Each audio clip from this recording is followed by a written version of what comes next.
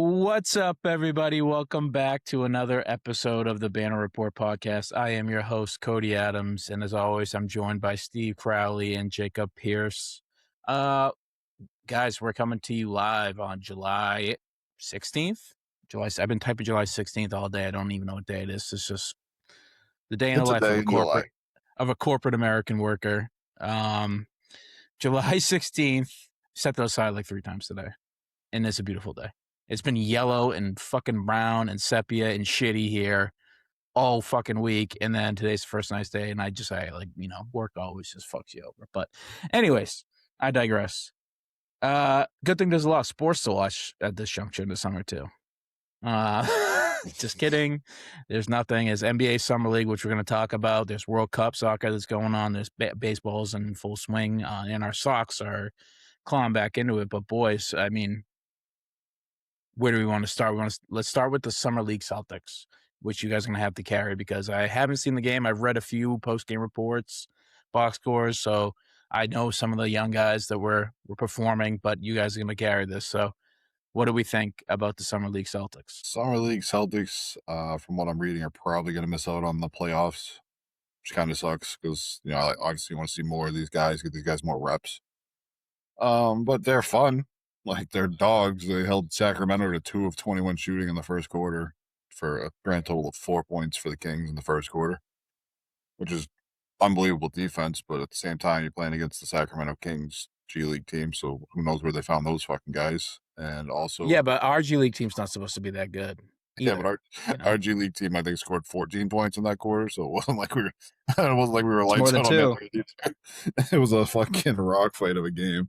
It's a disparity in the quality of the franchises. The Kings are just the Kings, right? Not that every single podcast we have to just be fucking like windmilling off the backboard at alley-oop dunking on the Kings, but fucking, it's just so easy to do it to. I don't like if you start being a competent franchise, we'll stop doing it. But I mean, until that day comes, like you're just going to be the butt of everybody's joke, especially when you're a franchise that's attempting to win and are that bad. I mean, that's right. It's like the Kings, their G League squad should be really good. It should be like loaded with talent, or, they should, because their real team sucks. I mean, I know that it's not the case because they made a lot of shitty moves, but that is what the point is. Like the Kings are really fucking shitty as a franchise. They have just been making really bad moves all decade, and maybe 2 decades now. And the Celtics, where we're so good that our G League team shouldn't be that good, because of high draft picks, players that are good on the team performing, all that stuff called up to the big leagues. Our team is good or competitive. Then we're not going to beat the Washington Wizards fucking dream squad or whatever, because teams that have been building, the Spurs, their youth squad. But it's interesting. Just as a little microcosm into how the last 20 years have gone for the Sacramento Kings or for the Boston Celtics. Yeah, it's been nice to see like the few things you'd like to see too, like Sinak and Mitchell are looking great. Like Steve was saying, like I feel like that's been like the story of Summer League so far in general. It's like every box score I look at, it's like I've only caught a little bit because who really catches all of Summer League, but the defense has just seemed absurd, which definitely makes sense when they're led by Hugo and Amari Williams, and then like also we kind of drafted dogs, so it's like for the couple decent picks we had this year. So it just seems like it's exactly what we kind of been trying to pull out of the depth the last few years, like that energy, like maybe getting another Hugo and Mitchell. And then we need some like Snack is looking at, I'm going to call him Snack, but he is a fucking snack, dude, especially if he starts swapping threes. Dude, I was about to say that like, I don't even know what his splits are on shooting right now, like for Summer League, because who really cares about that? They're warming up, but seeing that OT's forcing 3-pointer by him, I'm like, okay, like that's obviously there's not that much pressure. There's a lot of pressure in Summer League for different reasons. It's not like a game that counts your record, but they're playing for the career right now. So for him to hit a corner 3 as a stretch 4 in the corner, send it to the first game to OT, it's like, okay, this kid might work out this year, not kind of be in the main claw purgatory. Oh, and he is a kid. He's 19. Chris Sinak. I mean, even our second-year players that are in the fucking Summer League right now are young, too. I mean, you got Ugo isn't even 21 yet. Amari's not even 21 yet. Like, John Tonje, he's a second-year player. Like, he's I don't even think he's 21 yet. Like even our second year guys are young and developing still. And you got guys that are going to be, unfortunately, like our best prospects out of the summer league are all going to be fighting for minutes against like veteran wings that are they're going to be trying to punch through the bench guys at this point, which is it's going to be tough to find minutes for a lot of these guys. But You think so? like I You don't think think that so? like I mean I don't There's think John about Collins 38. is, There's 38 minutes that kind of have to be replaced. but Obviously Paul George is going to eat up 28 of those, but and like, figure Ugo's going to be eating up a lot of those too because he has a lot of experience and we trust him a lot in the playoffs last year too. So like he's going to be getting a lot of those minutes too. So 100%. But I do think guys there's like real. Tonje, guys like Senak, and they're in that power forward, small forward spot right there. I think they're gonna have a hard time like fighting for those minutes. See, I think it's the opposite. I think they have a role cut out, and I think they will have legitimate opportunities, especially if Sanak, he's scoring in double digits 3 out of the 4 games. Like, he's going to have a real opportunity here at some point in the season to play some real minutes, see if where he is. Like, I mean, we sort of forget because it seems so long ago, but it wasn't. How did this team look going into this season? Or last season, Yeah. I'm sorry. There was no Jaylen Brown. I mean, Paul George is obviously supposed to. I mean, there's no Jason Tatum. Paul George is in that proverbial missing Jason Tatum spot, but we were rolling out guys like Minot, Hugo. Trying to think who else. Boucher. Shireman. Boucher was still getting like burn out there. Like early on in the season, I think Joe is going to experiment with this roster a lot, because the foundation of this team and of the G League team is defense. If you can defend, you will find minutes on Joe Mazzulla's team. That is how it works, and we'll see. I mean, hopefully Sanak can do that. I mean, he had a double last game in the summer league. Like, so 12 rebounds. Any amount of burden you can take off of Tatum, especially because we don't actually really know how he's going to, I mean, we know he'll be good in these games, but like we don't know what he'll look like by game 25 on the new Achilles, by game 45, by game 65. We'll have to see. I think you have to be really careful with him. Not too careful. He still has to play 40 minutes a night, but like, as much as he can. But maybe not. Maybe we try and zig. Like have Tatum kind of fresh for the playoffs. His last injury was 100% stress related. Like, I don't know. A lot of years of a lot of basketball, like a lot of FIBA tournaments, a lot of Olympics, a lot of deep runs in the playoffs. Yeah. Yeah. I mean, you're right. I mean, we were looking at guys like Minot and all of them last year. I mean, I think that Sanak, it's a little different because a lot of those guys already had experience in the league before they were coming over here, and Sanak doesn't. And I think Sanak, one thing he's going to have problems with is that he's got to get a lot bigger. Like he's like watched buffer. him, like stronger. Like I've watched him trying to like take guys to the post and put a shoulder in guys that worked in college, but even in the summer league, he's not moving guys. And like you're looking at a lot of really tough finishes that are bouncing around the rim and going in, which is great that he's got the touch, but that's not always going to be there in the league. Like that guy that you're running into on the post, he might not be, a summer league level defender. Like that might be Evan Mobley, and you might try and put that little left-handed hook up there, and he might send that into the third row. And it's stuff like that.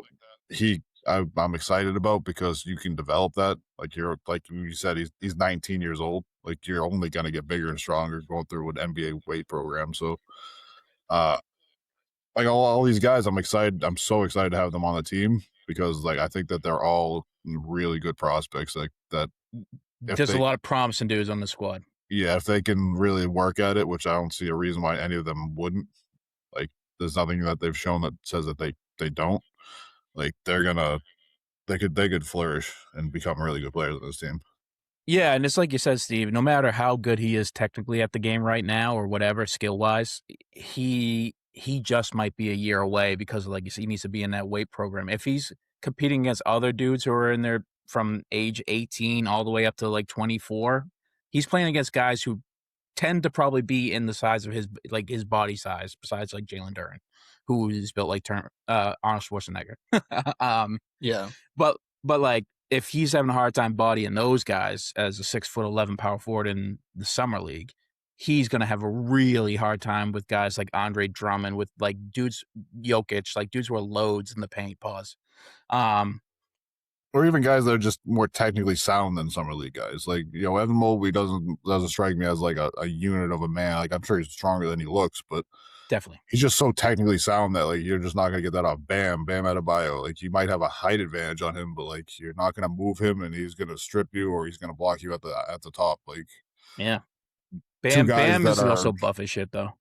Yeah, two guys that you are going to see a lot, like in this being playing power forward for the Celtics. You play both those teams 4 times a year.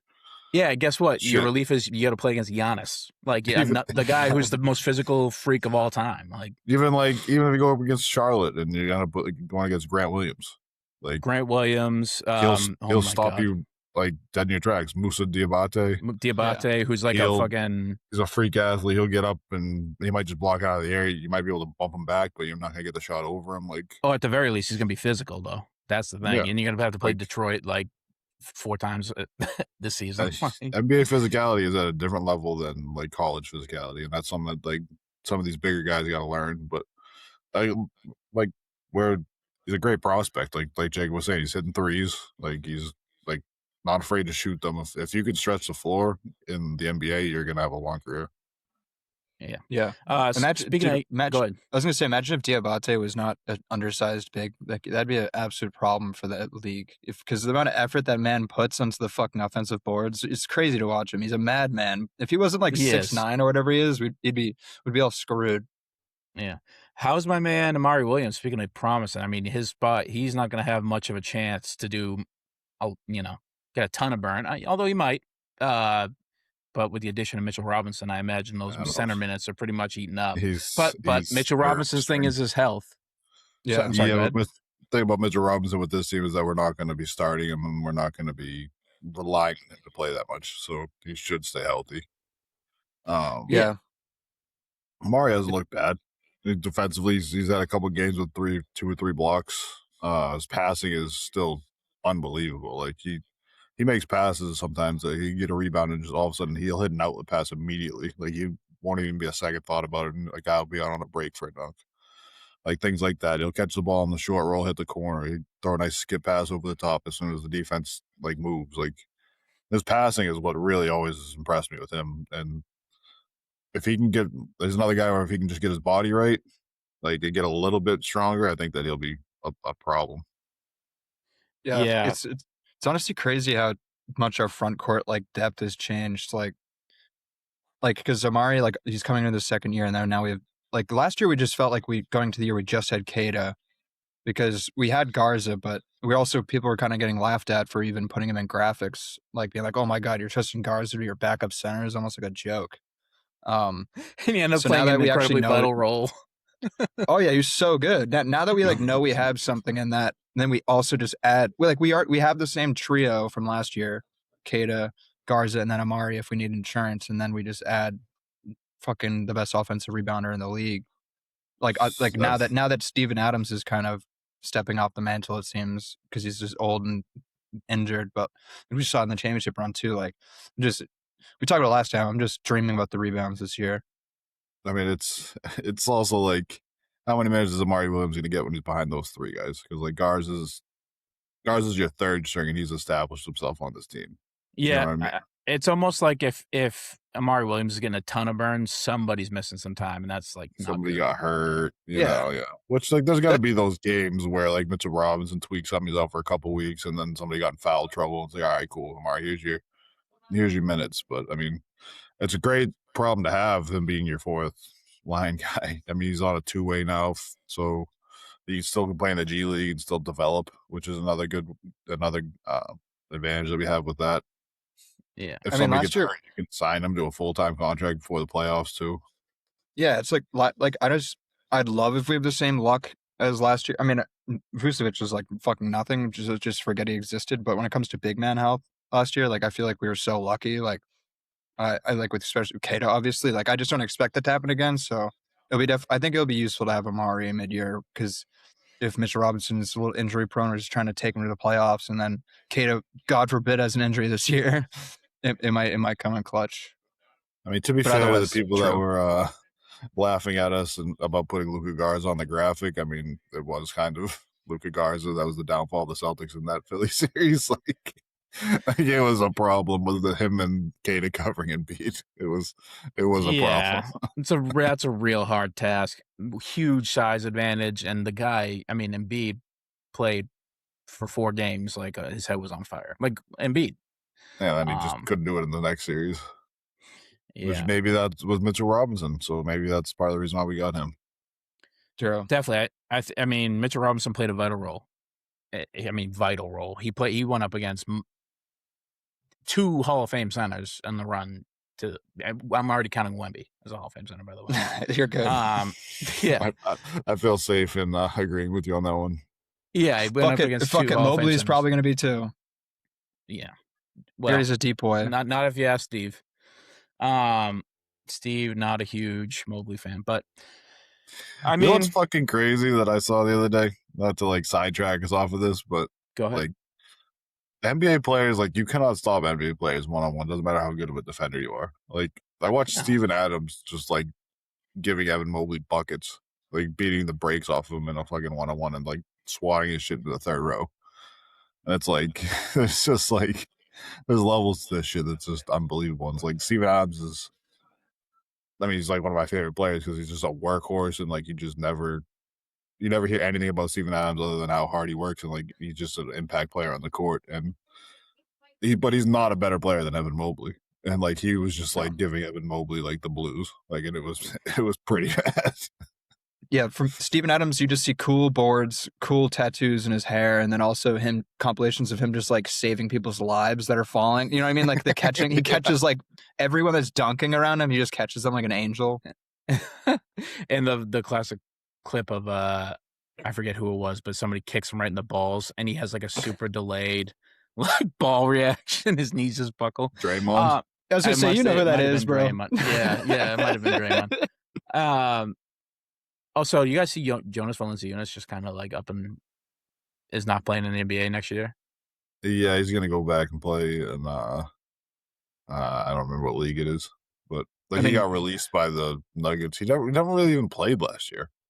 Yeah, Jokic, like he wanted to not even be here, and Jokic, like I remember hearing that he like convinced him to stay, like or come back. Like it was like totally Jokic being like, "Hey, buddy, come," and then I think that he just wasn't useful, so he's just like, "All right, that was my try." And he was like, "Hey, like I came all the way over here. I wasted a year of just like not playing either. Like he barely played. He played 65 games. How many minutes a game did he play though? No, yeah, I think the minutes. I think you're right about that. I'm trying to research that. I mean, minutes, like, it's like he played like 13 minutes a game. That's what I'm saying. He's coming in basically, hey, Jokic needs a breather for a couple minutes here or there. Like that's what his job was for the entire year. Didn't end up in a championship, didn't end up in a playoff run. It's like I get it. Like go back to whatever league you want to play in overseas and just dominate over there. Because I was gonna say, be an MVP, go from 13 minutes a game to an Stephon MVP. Marbury has statues in China. Like, and he was like well past his prime in the NBA when he went to China, and he just killed them for like 20 years. Fresh off a tub of Vaseline. That's what fucking playing in Sacramento does to a motherfucker. It makes you want to quit the NBA because the team he left, he split the season between Washington and Sacramento. The season before last. Oh, that's a bad mix. And before that, he was in New Orleans. So, but he's still was a productive player all up until basically last year, where he was playing 13 minutes a game, and he was still averaging 9 points and like 5 rebounds, almost a block a game. But definitely pretty a good shade. for 13 minutes. But I don't know. Maybe he's just What is that per 36? It's like, it's like I mean, multiply everything by fucking 3, basically. So he's getting 27, fucking 15, and 3 blocks. Like he's Victor Wembanyama per 36. Yeah, but he's never really kind of been a player predicated on his athleticism, and obviously getting older must be tough, especially when he plays so physical. And like he hasn't played meaningful basketball, like you said, in like 4 or 5 years. And then he went to Denver, didn't play, and then they didn't make a run. And he's looking at that team going like, I don't know if he's going to get any better going forward. So, and he's not a guy who's going to get picked up by a championship caliber team that's trying to win that needs a center. You know what I mean? Like the Heat should bring him up. He played nothing but meaningful basketball up until he got traded to the Pelicans. He played for Toronto. Obviously, the early part of the 2010s was, whatever. And then he was on the title team. Was he? Yeah, he was, he split the year on the title team. He was traded from Toronto to Memphis. So he was part of the trade that brought them in somebody to win the title. Wait, 2018, 2019? Yeah. The 2018-2019 season, because the 2019-2020 season was the bubble season. I think the 2020-2021 season was the bubble season. Was that a trade for Danny Green? It might have been. I feel like Danny Green was on the championship team, and I feel like he was on the Grizzlies at one point. Danny Green's got like the weirdest fucking career. He's just like getting passed around all the championship teams. Like he won with the Spurs, he won with the Raptors, he won with the Lakers, I think too. I think wasn't he on the bubble team too? He's just a cold motherfucker, dude. He's just and he kind of contributed to all of them. Like even in the Lakers when he had some big shots. Can you guess who the two highest scorers in the summer league are so far? Is Caleb Wilson? Is Caleb one of them? Per game, yeah, per game. Caleb Wilson is not in the top 10. Acuff, I know, had like 29 in one game, but he took like 29 shots to get it. Admittedly, one guy in the top 3. Both these guys have played 3 games out of, I think, 5. Six that could have possible. Oh, so they're all like top prospects who played well, and they said, "Hey, we're not going to get you hurt." I wouldn't describe either of them as top prospect. I mean, well, the guy in first place might be considered like a top prospect, but kind of not. Plays for Utah. Not DNP.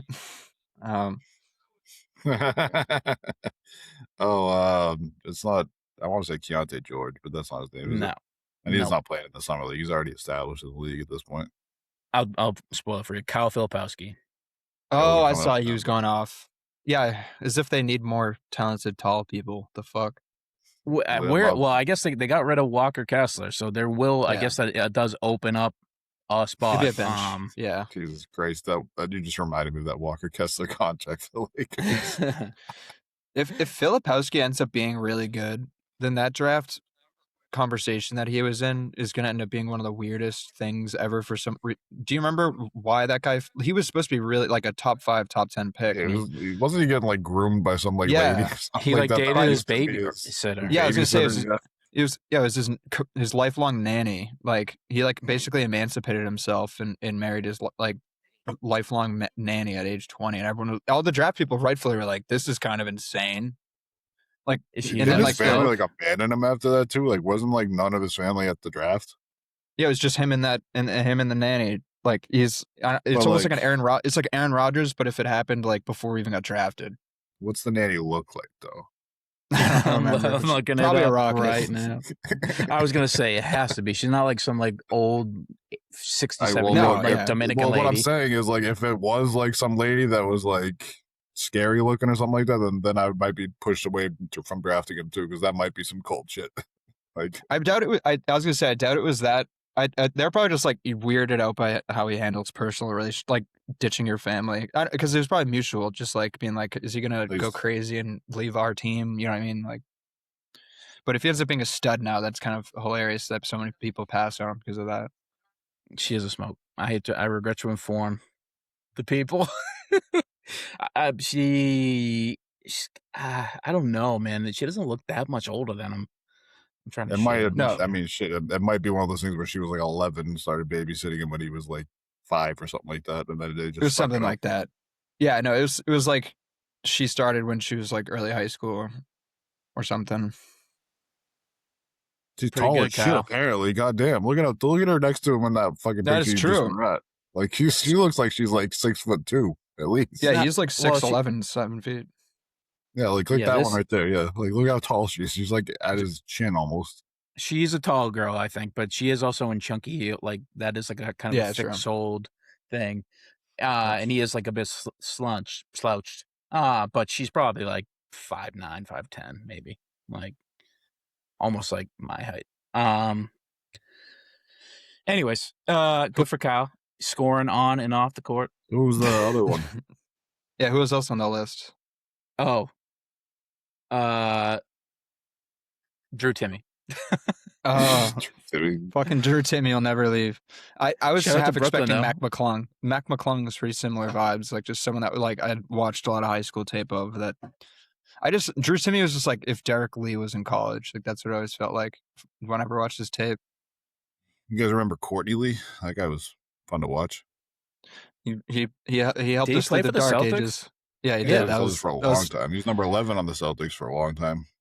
Yeah, that was the in between Big Three and the Jays era. That was a tough era. That was the Luke Herringodies. That was the Courtney Lees, Avery Bradleys, the Tremont Waters, Amir Johnson, Kadeem Allen. Can you guys name the highest scorer in the summer league on the Celtics team? Minimum of 3 games played. Hugo. No, Hugo is number 5. This must not have been updated because Hugo just had 25 last night, and there's no way having 25 in a game you're still not in the top 5. I feel like it's got to be Amari, right? He's in the top 5. No, it is a guy who plays center. Yeah, we have not Or watched it. power forward center. We're talking about Snack here. No, Charles Bassey. Charles Bassey's not even on this year's summer league team. 2000. This is according to 2005-2006 Boston Celtics NBA summer league stats. 2026. It's not 2025. Jesus, no, I'm an idiot. I was looking at last year's. That's what I'm saying. I Charles was- Bassey dude, doesn't I- play for I the was so Celtics wrong. anymore. I was like, Yeah, I'll I was take gonna him say, back. why is Kyle- This is another thing. It's like, that's what I was thinking. I was like, why is Kyle Filipowski's fucking playing in the summer league still? Like, he was Disregard good last everything we just talked about for 20 minutes. but besides the smoke wife, Jesus, what a dumb ass. Charles Bassey over here. I'm like, dude, who had 25 in a game? He's not top 5 on the scoring. Like, he's played 3 games. That I was is like, embarrassing. I was feeling so. I was like, holy fuck! I know nothing about the Celtics right now. I was like, power It forward is center is on Hugo. the fucking team. It is Hugo. Yeah. Can you guess who's number 2 is? Probably Sinak. He's been Tanji. just consistently. Was Tanji? Oh, yeah, Tanji did have a couple of big games. He had a couple of 20-point games. Yeah, who's shooting the daylights out of the ball? That's what I want to see. 3-point Tanji percentage. He had a couple of games where he was shooting 50% from 3. Yeah, I mean, he's shooting 46 through 3 games. Pretty 3 good. D. He's 3D averaging. guys long. He's averaging almost 7 attempts a game. He's getting them up. And I think the one game I watched, he had a lot of fucking grenades too. It wasn't like, oh, a swing, open 3. It was, hey, the shot clock's winding down. Can you do something with it? And it was pulling a 3 in somebody's face and he was hitting them. Yeah. We have a guy named Nick Pringle on the team. Shout out to Nick Pringle. You know what must? I mean, anybody that's playing summer league is like an elite basketball player. Like, just to get that invite, you're an elite basketball player. But can you imagine being the guy who can't get off the bench in summer league? Like, It sucks. if you're Hey, like you're one like of the just- guys on like the Kings like summer league team and like you're stabled to the end of the bench, you're looking at this like, what the fuck? Like, Yeah, no, you stink. If you're not like, yeah, you stink. If you're not like getting minutes on the Kings fucking summer league team. you have to be so good at basketball to be a bad summer league player, basically. It's like how it goes. That's the way John Corrales like put it when I was listening to him the other day. He's like, you have to be such a great basketball player to be a bad like summer league player. Yeah. I don't know. My guy Day Thomas. I have high hopes for Day just based on the name. And he's a shooting guard. He's 6'1" though. Short. 6'1" shooting guard's kind of tough. Have you been following with this fucking Caleb Wilson's coming out of summer league like looking like should have been the number 1 pick so far. Like he's been disgusting. And he completely added another layer to his game he didn't do in college, which probably would have made him number 1. Like, you know that he shot 7 threes in college total, but he hit 7 in his first game, and he's been shooting 50% from 3 so far, or something like that. And he's averaging 8 attempts a game in the summer league. Yeah, He's averaging like 20. He's like a 24-point double double on like wicked good splits. I know. I put my money on him winning the Rookie of the Year this year. He'll get I just burned. think- I just think he's gonna have the most opportunities. Like Him or Boozer. like I think Dybantsa is gonna be the best player out of all the guys who got drafted, but he's got drafted to the fucking Wizards, so it's like there's already gonna be shots going up from everybody else. Well, he's going to a good team, is what you're saying. Yeah. Which is Yeah, weird well, to say. About the Wizards. When healthy, a good team, we should put it. Like, because the thing about the Wizards is they're probably not going to be healthy, but They have a good team on to start the year. They have a good team. Opening night, they're going to be so good. Yeah, I mean, Middleton back. You never know. Middleton too, yeah. A late NBA offseason and like and what's his name? Jesus, the brow. Anthony Davis. A late NBA offseason Anthony Davis injury update. I'm not ruling that out. That happens like every single year. But the thing is, like, Caleb from day one is going to have like whatever shot he wants on the Bulls. Like, who else is taking shots on the Bulls right now? I mean, Buzelis is a legitimately good player, and they play the same position. That's why it was like, obviously, you take the player because the talent and the profile. But like, they have a guy. It also was the fourth pick, so it's like, who's left? It's like, it's right? like, you're getting who didn't get picked out of the top three is basically like that's what I'm getting. That's how this draft was portrayed. As like, there's four guys and they are going top four. If you picking out it, then it's like everybody else has like big, it's a risk or whatever. It's not like the top four. They're all going to be studs in this league. So they got the fourth pick and they're stuck with the worst one, right? But he's not. He might be the worst one, and he still might be really fucking good. So yeah, they've all looked really good. But they do have a player who currently is young and is very good at that position as well. But for me, you can never have too many athletic power forwards that can shoot the daylights out of the ball. No, it's like especially in the Bulls position. You can never have too many like athletic two-way playing wings like on your team that are just like really good at scoring and playing defense, and building around those two would be like a really good thing to do for their entire careers. Like if it was up to me, I don't know, just like hypothetically speaking, like two like great wings drafted in back-to-back years to your team that you could build around till they retire. Like that'd be pretty cool. Well, I don't know if that's ever happened in the league before. I don't know if that's ever like been an option for people to do, but I mean, just an idea. The Bulls did a pretty good job. We did also get a Hall of Fame, podcaster? athletic wing. He was not athletic anymore. He was not athletic anymore. He certainly was athletic when he played us in the playoffs 5 months ago. I wouldn't call it athletic. I mean, I didn't see him dunk once. That's not athletic. He doesn't have to. He was fucking dicing us up every other way. He scored 17 points a game. Would you call James Harden athletic? Yes. I would not call any of those players. You can score 17 points a game and not be athletic. Paul Pierce at the end of his career was not athletic, and he was giving people 25 a night. Like, what are we talking James Harden, I mean, he is athletic just by nature of being a professional athlete.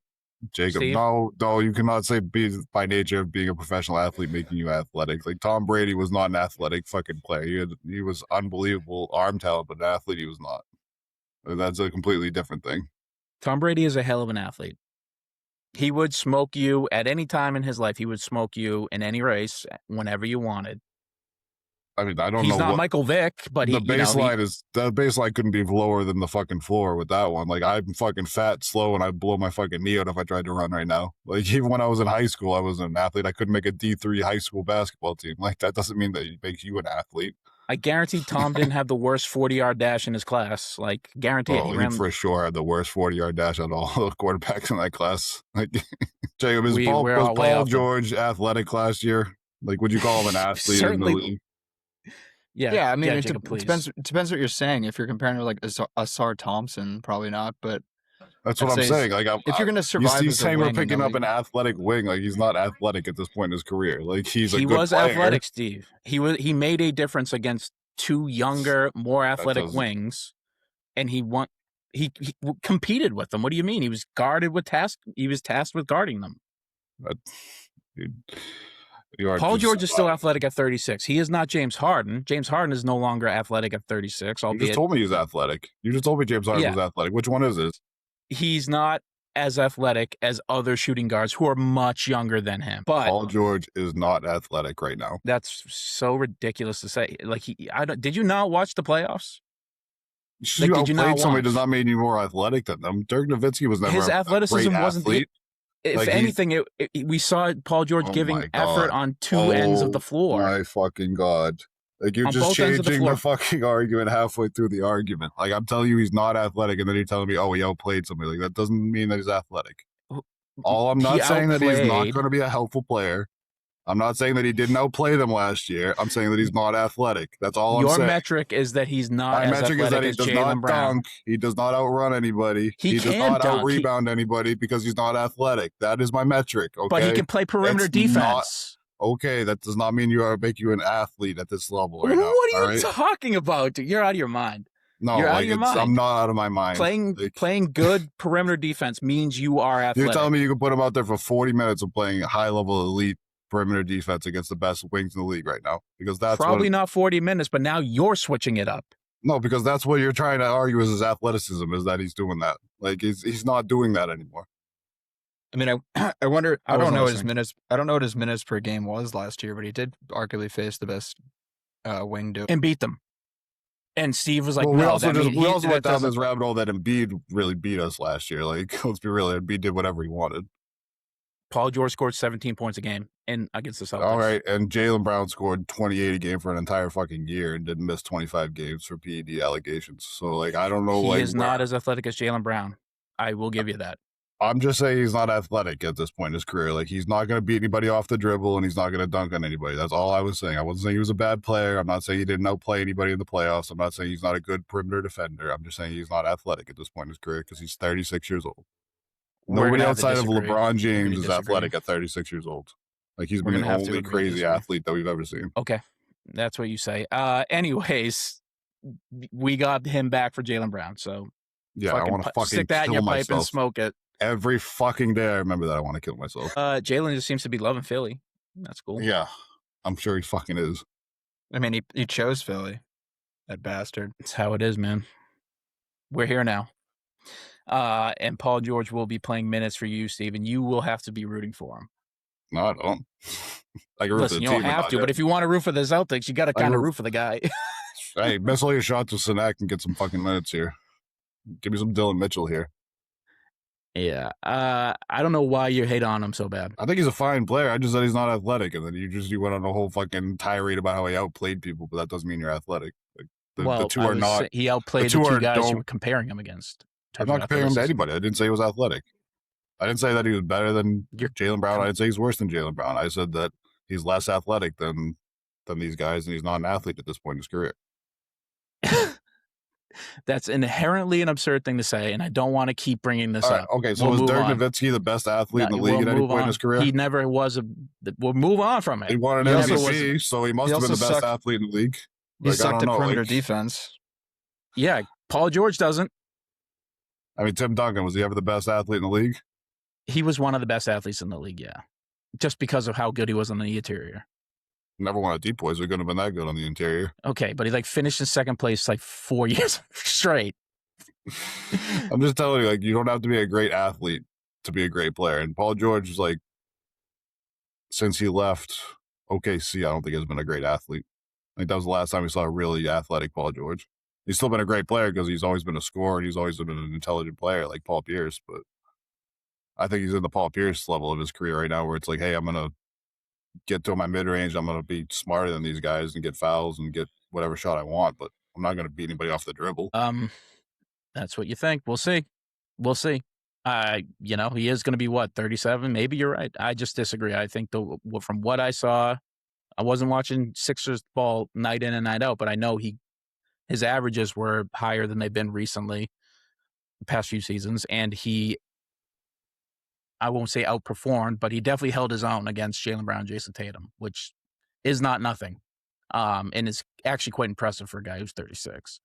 Anyways, what else do we got with the Summer League? Anything else? Bulls rolling out 2 athletic power forwards. Dybantsa's second, and he's only played 2 games. He's already icing down his leg. That was kind of upsetting to see. Wouldn't love that if I was a Wizards fan. But I think safe than sorry, honestly. I mean, there might have been fucking nothing, and they might have been throw some ice on the thing. It's Summer League. We're not going to force this. He's not going to play again, anyways. Yeah, I mean that's probably a lot of what that is. Is just I think there's a real hesitancy from medical staff to if something's lame in your leg, especially if it's that below your thigh. Kind of hit the bench. Taking our time with that for sure. He's not going to touch a basketball again You won't run and jump again probably until fucking OTAs, or I don't know what they call them in basketball, but Yeah. Right before the season starts, drill like training programs. how's Darryn Peterson? Is he playing or is he cramping up again? This guy's still fucking drinking too much creatine. Like, what's the fucking deal with this? Darryn Peterson. Let me look up his numbers real quick. Peterson. DP baby. Jesus. But he spells his first name weird. It's like DARR. Why? DARY. Is it DARRYN? Yeah. Darryn Peterson. He is averaging 21 points a game through 3 games. He played 3 games, so he played half so far. It's pretty Playing standard. all the minutes, or is he playing like? Yeah, he's averaging not all the minutes. I think you're only getting at most 30. Yeah, that's what no I'm matter saying. who you are. He's playing 28. Right. Yeah, I just want to know if that cramping, like leaving games early shit that he was doing in college, I want to see if it was still going on. I mean, Caleb Wilson's already talking shit after his post game, talking about, I don't know about these other guys, but I love basketball. I don't know if they do or not. I kind of love that, though. I love some rookie rivalry. Especially in a draft class this loaded, I love a rivalry between like rookies like that. Like, hey, like get some hate going. Like I think that was it 3 out of the 4 teams that drafted top 4 are on the East. Yeah. So like they're gonna fight each other. Oh no, never. Right? It's half. Besides the Jazz. Oh, and Memphis. Yeah. Oh, Memphis was one of the top 4 picks. Oh, okay. I'm just Darryn Peterson. He gets compared to Kobe, right? I hate fucking these comparisons. They said Caleb Wilson's floor was Kevin Garnett. Like, what the fuck are we doing, dude? Like, you guys don't understand how this works. He is shooting Kobe numbers: 30% from the field, 23 from 3. That's the Kobe assist right there. 21 points a game, but damn, he's taking the shots for it. Acuff was doing the same thing, right? Who? Acuff was doing the same thing, wasn't it? Like his first game, didn't he have like 29 points on like 30 shots or something like that? Something ridiculous. Which I don't really give a shit in summer league at all. Like, hey, get your shots up. Like, that's what this is here for. Yeah. Yeah. The team chemistry on these teams is also like so shit because it's like you have a bunch of random guys that got thrown together for like 3 days ago, and they're like, "Hey, could you guys like trying to run some plays here?" And like, and it is all that like we're all kind of fighting for our screen time here. I feel the worst for like some of the centers though, because like there's not really any post up centers anymore. So like a lot of centers are relying on like, hey, I'm gonna set a good screen and roll to the basket, or I'm gonna try and set a back screen and get some open. Like, and if you don't have a good playmaking guard, like you're just fucked. You're just sitting there like open in the paint for like no fucking reason. Like it's like if you're not getting rebounds and putbacks and blocks, and you kind of look like you're doing nothing out there if you don't have a good guard playing with you. Yeah, for sure. But that stuff, man, I think the coaches see that stuff. Like that's win the ball game type shit. Like, there's a reason why you're my player. You can just get automatic A+ grades by just setting a million screens. We all that's all I do. Point. I'm like a 6'3" shooting guard, and I'm fucking setting like picks and just like flaring out to the wing, all game. But yeah. That's the G League. Anything else on the G League before we move on? There's not many other topics to talk about. LeBron, where's he going? Summer League, baby. The best 36+-year-old athlete ever. Possibly, for sure. I mean, I don't know. Like he's either gonna go. No, I think it's actually like probably. And Bo Jackson. I don't know when he finally did retire. I don't know. Yeah, well, I think Jackson retired a bit early. Dion, I know he's got like 3 toes on 1 foot, but like. He played for a while, I think, right?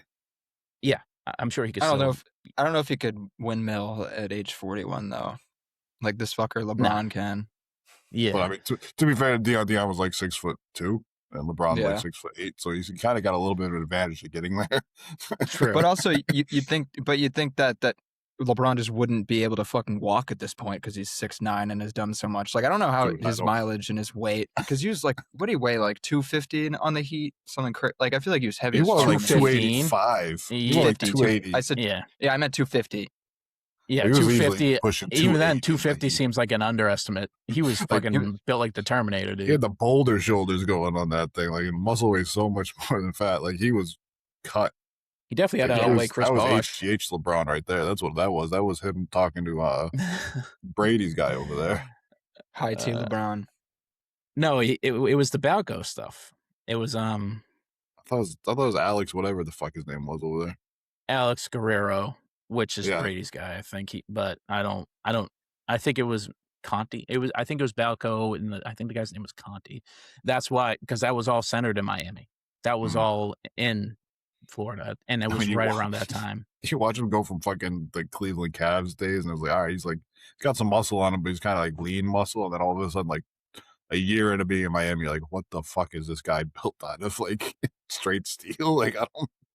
Somehow jumping just as high too. Somehow still like clearing people And running faster somehow. Just fast. Yeah. So he's still a free agent. Is he going to go play with his non-athlete buddy James Harden back in Cleveland? Return That's for the what third I time. was thinking. That's what I was thinking about all the teams. Like, I mean, like the questions around it sometimes can be so stupid. It's like, all right, like I seen NBA Today was talking about it because like I can't blame them because like you have to have something to talk about, fill up a 30-minute TV show. Like they're like, oh, what's the best place for LeBron to go to win a championship? It's like Oklahoma City. Like I don't. Like I'm big like the fucking Spurs, like one of these teams is like the Knicks. I don't know, like all these teams that were just in the finals. Like, but it's in reality, it's like all right, I don't know, maybe Cleveland. Maybe. I mean, what team is like a LeBron James, albeit a diminished 41-year-old, not that diminished, but not a prime. What team is a LeBron James away that can afford him? By the way, is LeBron James, because I don't think he's going for a minimum. Can afford. Well, how does he go into Cleveland? Yeah, he almost has to. But if he doesn't want a minimum, there's only 3 teams he can go to. It's like the fucking Bulls, the Nets, or some other team that's like not good. So it's like he's Grizzlies gonna have probably. Yeah, he's gonna have to take the mid-level exception basically, or maybe it might be the Blazers because of the cheap ass fucking owner. So he's gonna have to take a mid-level exception, which I mean, it's not. Cleveland makes the most sense. It's just they have the need. They need a guy who's that tweener role wing scorer. LeBron can do that, and they're going to bring him in on a minimum, and they're going to have a much easier path than like if he went to go play on Denver. Just because he's not going to have to play the Thunder or the Spurs that much. And you hope that the East kind of, you expect some teams, the Celtics, to take a little step back or whatever. Philly's going to take a step forward, but they're always a question mark now with Embiid. The Knicks just lost their center. You kind of take your chances. The dice shake is a lot more riskier or a lot more undecided in the East than it is in the West. And it just makes sense. Like, I mean, look at the fucking roster. Look at the starting lineup. It would be Mitchell, Harden, LeBron, Mobley, and Allen. Like that's a really good starting lineup. Like that's like that. Even without LeBron, that's a good starting lineup. That was just in the Eastern Conference Finals last season, albeit by a lot of luck and stiff things breaking the right way. I mean, but I think it's a paper tiger lineup. Of course, LeBron. Without LeBron, I think it's a paper tiger. With LeBron, I think it's legit. Like that's how it's more legit. That's how good LeBron is still. Like I think that it's like a legit starting lineup with LeBron. Like, because he'll tell the coach to bench James if he's not getting back. He's just chucking up a 3 and he's just like jogging backwards. Or if he's not playing well in the playoffs, like you don't have to rely on him being a ball handler. You can rely on LeBron to be your ball handler. Like if he's going to be better at setting up Jared Allen and Mobley than some of these guys sometimes can be. I mean, it would just kind of be another cool story though in the league where LeBron returns to this team for the 3rd time and like wins a championship for the city again. It would be fucking a fascinating sports story. The only times they ever win is when LeBron returns. That'd be pretty funny too. It's a lot better than if he goes to Minnesota. I was thinking it's them or the Heat. Just I don't think he wants to go to Minnesota either. Like Minnesota with LaMelo, like do you think he wants to go babysit LaMelo Ball and Anthony Edwards, like and deal with them on the planes and shit like that? Like I don't think he wants to do that. I just don't think. I think LeBron doesn't get the Timberwolves that much closer. I mean, he gets them closer. Don't get me wrong, but not that much closer than he would the Cavs, just because of the conference dynamics. And to be fair, LeBron James wherever he goes is going to make a team better. Like there's no team that goes to but he doesn't make that team at least marginally better. Oh, he makes them just much better because he's like you said, he's like a 41-year-old point guard who has a computer an NBA supercomputer brain, and is still a freak athlete. And he just can't play, 40 minutes a game, 82 plus, Yeah. anymore. That's what I was thinking. The Heat, the point guard aspect. I was like, you know who needs a passer? Can the Heat? That's for fucking sure. They need someone to set up the bigs. And I just that think would be. Yeah, they need a point guard. I think he's returning. Yeah, he'd be a big ass point guard. I just think he's returning to one of those two. He's been a big ass point guard since 2003. He's always been a big ass point guard. Now we have the biggest point guard since high school. Now Jokic is the biggest point guard ever. Yeah, true. Well, Jay, what do you think about him going to Denver with Jokic? Like, you think that would work? You think that he would do that? Like, I don't. I think that'd make me cream my jeans just thinking about probably two of the top 5 IQ players ever play. I just want that, like them just like not looking at each other, but just you know what I mean, just like passing it, knowing where each other are at all times. That'd be fun. But it looks like NBA Street, where it's like no look pass, no look pass, no look pass. Yeah, basically, yeah. It'd be fun as hell. I'd like to see him.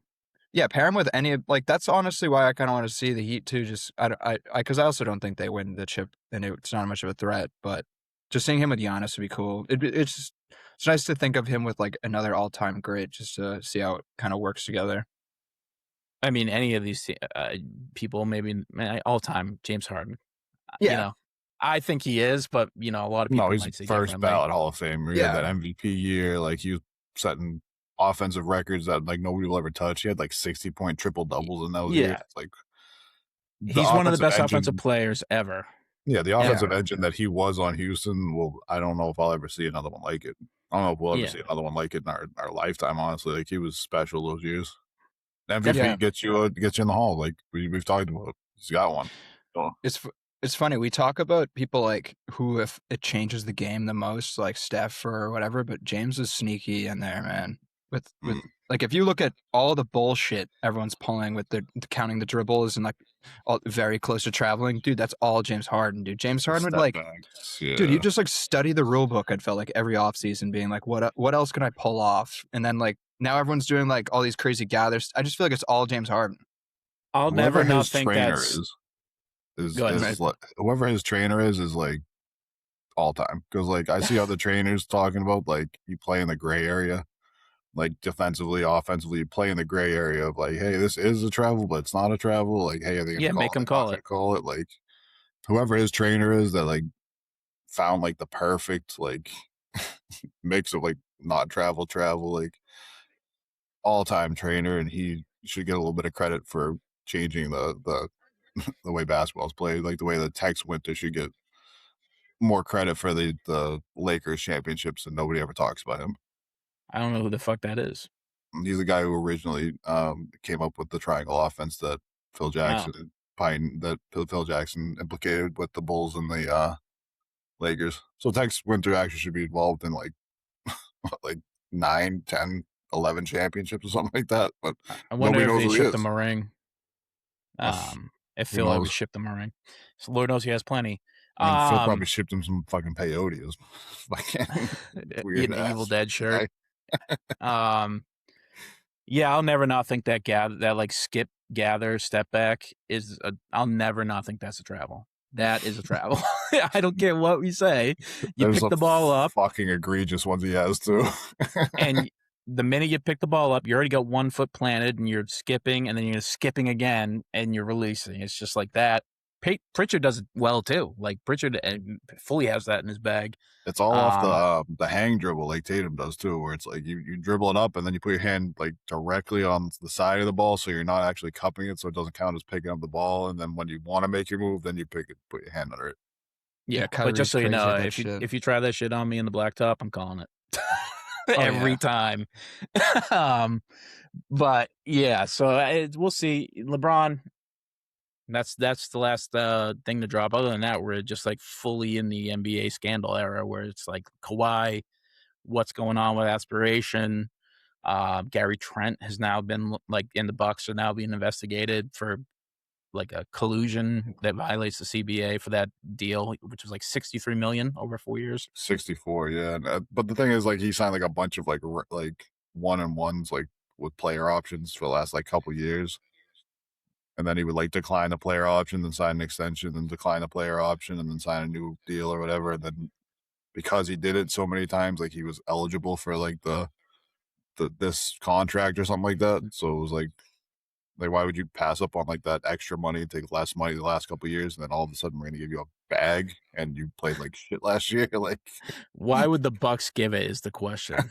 that's what it all comes down to. It's like, are the Bucks that inept of an organization? Which I would vote yes, but the league votes no. We'll see, but it does sort of seem like, yeah, this could be like a make good deal. Like, hey, we're gonna sign you to those, 1+1, decline them, but don't worry, we'll get you with the extension down the Joe road. Smith was what they're doing. Yeah, but it's illegal. You can't do that. I mean, every team fucking does it, but if you're just dumb enough to fucking push it down the road this far, and then the guy plays that bad and gets this deal, then you look fucking dumb. It's pretty stupid. Like, why? Why? I mean, the Bucks have like the natural soft landing of being like, hey, we're gonna be bad next year. This guy has hooped well in the past, and we need a talent on this team. So there's a floor that you have to hit too in the NBA for your you have a salary floor that you have to pay. So I mean, I'm sure they're probably already close to that with the Damian Lillard wave. No, they got Harrow on the books and shit. Like Harrow now too, and they got Miles Turner, and they got the Damian Lillard wave and fucking Kellell's on like I think a top 10 rookie scale deal. Oh, that's a little weird too. That was an interesting team. It's not a good team, but it's an interesting team. They still have Kyle Kuzma, I think. Yeah, they just like become the voice of reason on fucking Twitter all of a sudden, like calling for socialism and shit like that, and then like calling out fucking NBA players for like complaining about how much money they make. Yeah, Kyle Kuzma's coming up with this shit. Okay. Yeah, I guess this is a good jump. You said that there's some players out here who are making fools of themselves on the interweb. There's far too many to even name at this point. Like Draymond was talking about it. Like, he's the biggest name I can think of off the top of my head, but there's a couple players that were talking about it. Like, oh, like, we don't really make that much money, like after our taxes get taken out and then like our agent fees and there's a jock tax and, my $56 million contract's only worth 28 now. Wait, I'm sorry, a jock tax? Yeah, it's what it's called. It's like a performer tax too, is another way to say it. It's like when you go to different states, you have to pay taxes in those states. Like, yeah, I got a game check when I played in California, so now I have to pay taxes on that game check compared to this. I think there's a way that they do it in the taxes where it's like kind of all encompassing, where it's like you don't have to, like, I don't have to file taxes in all 50 states if I played in all 50 states, but it's something like that. But basically, like, they're talking about, I get my $56 million contract's only worth $30 million after that's all I bring home, and people don't understand this. It's like, hey, dickhead, like, we all fucking pay taxes, and like, I'm paying probably more of a percentage than you are, and I'm fucking like, but that's a lot more money. Sure, and he also has a lot more money at the end of the day. I know. Like, he's crying poor with $30 million in his bank account, and it's like, I know people that are like that are applying for EBT right now that are working like full-time jobs. Like, I don't. Not to play devil's advocate. Not to play devil's advocate. But here you go. Draymond does live in California. That's like the most expensive state to live in for like taxes. He lives in the Bay Area, which is the number one real estate market on like I'm sure he doesn't have to live there though. But he does have to live kind of around the Bay Area, right? Like half the year. He could stay with one of the other players that lives there if he wants to save money. Like Jeremy Lin was couch hopping when he was in the league. You're right. You're absolutely right. But I'm just saying, like, he comparatively to like a Houston Rockets player, he probably is getting like whacked a lot more. But dude, you got paid $100 million your last extension, which many of us, I think 98% of us thought was an overpay. So just chill out. You're also on the Kevin Hart roast. I think there's people in Draymond Green's family that probably thought that was an overpay. That's how bad that contract was. We cutting out 2% for the family. We live in Massachusetts too. We're like everyone. Yeah, it's funny to say that to a podcast. It's like, that everyone listening is way poorer than you. That's for fucking shit. Like, no one listening to an NBA podcast is worth more money. And if you live in any of the major city areas, you're fucked. Maybe Mark Cuban, because Mark Cuban's like a sicko and he probably listens to all the podcasts. But like, other than that, like, yeah. Yeah, it's like The hell? We're all like, what the fuck? Like, I wish I had 30 It's like, million, dude. What the fuck? how am I Yeah, supposed it's to like fucking have feel a have a bad for little you? awareness, Like I you mean, retired this your is family, like you bought your family a house, you're driving a Rolls Royce. Like I'm supposed to feel bad for you? Like he's in I'm fucking fucking Buick dead. commercials. Like he's a big enough star to where he has like posts, and he's on Oh, like yeah. the NBA today. Or I'm sorry, what's the show with Shaq and Kenny? Jesus, Inside the NBA. He's Yeah. on there now. Like I'm sure he's gonna make money well after he's done playing basketball. Money, Draymond will never, unless he's real dumb with money, he'll never have money issues. no, like Nor it's should like the next generational 4 wealth at this point. generations. Yeah, like they're all creating generational wealth, and like I saw somebody say, "Oh, the first 10 years in the league, I only came home with $1 million after all my taxes and everything like that every year." It's like you made $1 million in a year, and you're gonna sit here and cry poor. Like I don't even that, like that's the low end of like how much these guys make. It's like you're gonna cry poor after making $1 million in a year. Yeah, Like I mean, it's a little bit like, hey, have some perspective. Yeah. Maybe like that's a gripe to like, maybe hit that Steph with that. Be like, dude, can you fucking believe this shit? I thought I'd be making so much more money, and Steph would be Yeah. like, I make triple your money. I don't know what you're talking about, but yeah, this is like this is some shit that like you would want to hear from like a 19-year-old like kid that just signed his first contract, and like him talking to like management or like talking to like his friends or something like that. I don't want to hear this from like an NBA vet that's been in the league and has made hundreds and hundreds of millions of dollars talking to us. yeah. Oh, I don't understand why I'm paying so much money. I don't understand why I don't come home with all my money. It's like, Jesus Christ, dude. Like, the MBPA is like sitting there like listening to these podcasts, like fucking shoot me. Like I don't like they gotta It's no like just shut up. Like what? Stop making us look bad. it's no way to endear yourself to the general public, but Draymond is. I don't think he cares. Honestly, how could he I care mean, at this the way he point? says it sounds like he cares. It sounds like he wants people to like him and feel bad for him for losing money. Like, get the fuck over it, dude. Like the computer you're fucking recording on probably costs like as much as my car. Like, I don't want to Yeah. think about this. Yeah, no. Shouts out to Draymond. Always divisive. Always. Just stay divisive. Maybe it's just a gimmick, Steve. Maybe he's got like something coming out when he just wants to have his name in the headlines. Well, there's like maybe five you're fucking being guys played, dude. You're the sheeple. Hey, look, He's As we just put it on our podcast. yeah. I mean, look at him. He really got us talking about it. He got his name out there on our podcast. Like, Shouts you know, out to our faithful listeners. yeah, because our podcast is like 3 spots ahead of his on the fucking list. Anything else in the NBA that's going on that's interesting? I heard the hottest take today that Luka is going to leave the Lakers after he's done with his contract, which I think he just signed an extension, so I don't know how long that's going to be for. I mean, okay, let's hear it. Why? Why is that? Only reason why I can think of that he would leave is because he didn't choose to go there. Like other superstars, when they get traded, it's usually like, hey, I want to go here. I want to go to this place to win. The Mavericks were just kind of like, hey, you're going to LA. They just kind of called him one morning, like, hey, we traded you to LA. Like they didn't have, he got blindsided by it. He never got to choose it, never got to like set up like how he wanted to set up everything there. Maybe he wants to go someplace where he can compete, because right now the way that roster is built, like there's not a chance in hell they're going to compete. Like, like you're giving $150 million to Walker Kessler. Like, I don't. That was so desperate. I just don't think that was. There were so smart. many other people you could have given that money to. You could have spread that money out and like built a good team around Luka. You gave Reeves another max, or not another, but a max contract. No, So, like, he sacrificed $3 million. Don't forget, I saw that. It was pretty funny. I was like, he pay cut of $3 million. I was like, Jesus, that's funny. That's actually a huge. I mean, what a hero. They already don't get paid enough. I mean, like, so like I think what he got, like probably 70% of your cap is locked up in Reeves, Luka, and Kessler. Like, what are you going to build around that? Like, it's probably more than 70%. Honestly, like it's not built to win. So I think if they're kind of falling apart at that point, I can see him leaving if they're not making moves to get better. But what's the temporal aspect? I don't know that. What's the temporal aspect of this though? It's like within the next 3-4 years. I think he'll probably leave, but I don't know what his contract is. I don't know what his contract is. It depends like when he's going to get out. I haven't looked into that. But I mean, like, can you imagine him like going like the Heat? like, hey, play with Giannis and Bam, and like, hey, you have an offensive engine now that can set those guys up. Like They that's straight up can't afford them.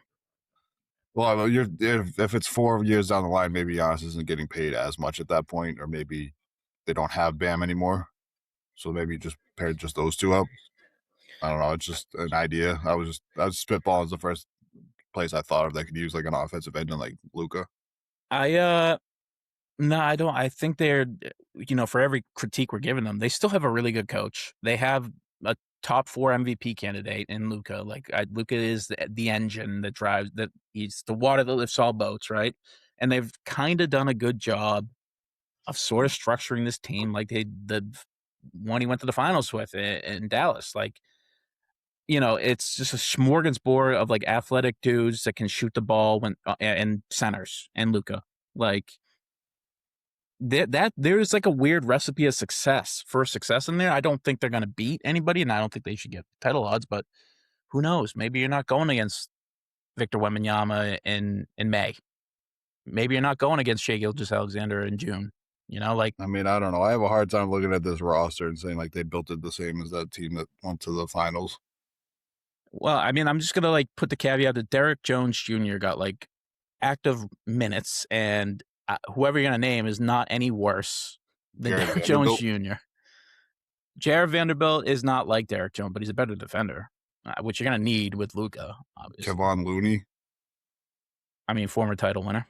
That name is fucking seared into my brain, dude. Yeah. He rebounded Jake the fuck on that. Jake LaRavia had a good year last year. I mean, like, is he like, we know what needs to be around Lucas needs to be 3-and-D guys. Like none of these guys fit any of that. Like just looking at your wings, like just your guys that are 6'7" and above. Like obviously you got Luka, you got Walker Kessler. I'll count Dalton Connect. He's 6'6". Jake LaRavia. He's shooting 32%. Sandro Mumakelashvili. Yep, can shoot the ball. A.K. Okereke. Okereke, yeah. Jared Vanderbilt. Adu Tiero. And Zaire Williams. Like, I don't see this team, like, you need to have guys that can make up for the defensive lack in your front court, which is Austin Reeves and Luka Doncic. I don't think that you have enough defensive players on that team to make up for that. Walker Kessler. I mean, Vanderbilt's a good defender. Like, I thought Rui Hachimura leaving was kind of weird. I thought maybe they probably should try to keep him, because he kind of fits that PJ Washington role a bit. For sure. He's like an athletic 3-and-D wing almost. Like, it's what you need. Yeah, Rui's been solid, I feel. Like, never like the reason they win, but he's just solid. It's never really the reason they lose either. Like, yeah, exactly. It's granted, that's because he's never involved enough to be the reason why you lose. So I guess that's kind of how you can look at it. Yeah. Luka Garza is never really the reason why we lose, but he's the reason why we win sometimes. It's like, all right, that's for sure. Yeah. Yeah, so it's comparatively, that Dallas Mavericks team had more talent than this team for sure. I do think they're kind of trying to flesh out a structure, because what did they do this offseason? They have Luka. They went out and they got a center. That's what that team was like. It was like Derek Lively and Gafford. Just like they have a center that Luka kind of thrived with, in theory, because we saw the team play. I mean, at the same time, it's like you did that. You got a center, but you also lost. Like we said, you lost Rui Hachimura. LeBron walks. Like you signed Austin Reeves to a max, so now you don't have any flexibility to do anything else. I just don't like this team's going to be in the playoffs, obviously, because like Luka, like we said, is the tide that lifts all boats. Like he just doesn't miss the playoffs really. Like since maybe besides this one, besides these ones, only if his team made it though. Yeah, they won. They beat Kevin Durant. I'm semi-healthy. Yeah, I mean, like his teams don't miss the playoffs because he'll carry that team throughout the regular season. They'll make a playoff berth. They have a natural floor that's elevated above. Yeah, so but I just don't think that when you get to the playoffs that this team as constructed is going to compete with anybody, especially not in the West.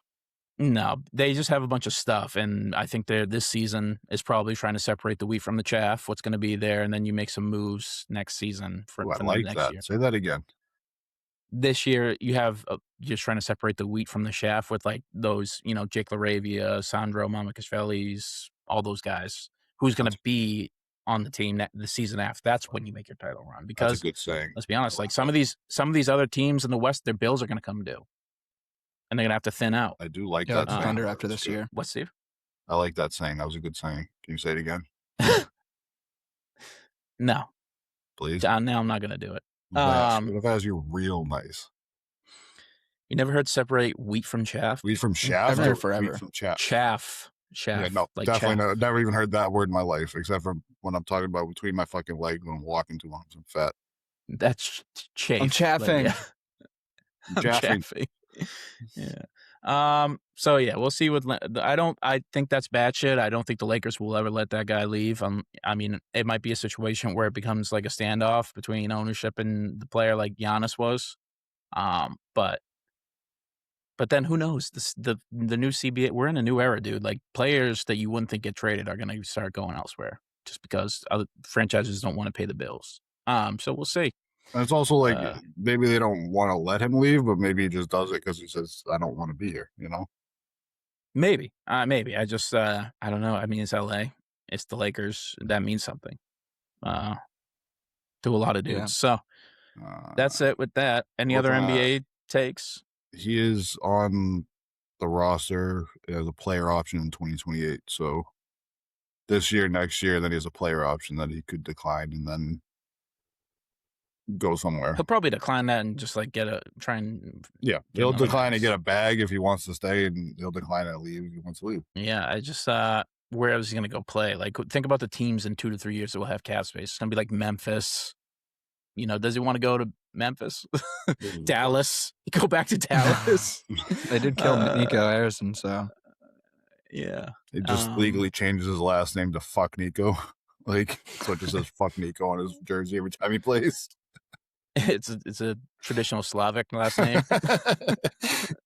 It spells a PH UK. Puts a few weird squigglies over it. Yeah. Anything else in the NBA? That's pretty much it. I mean, I got nothing. It's a slow How about our season. socks?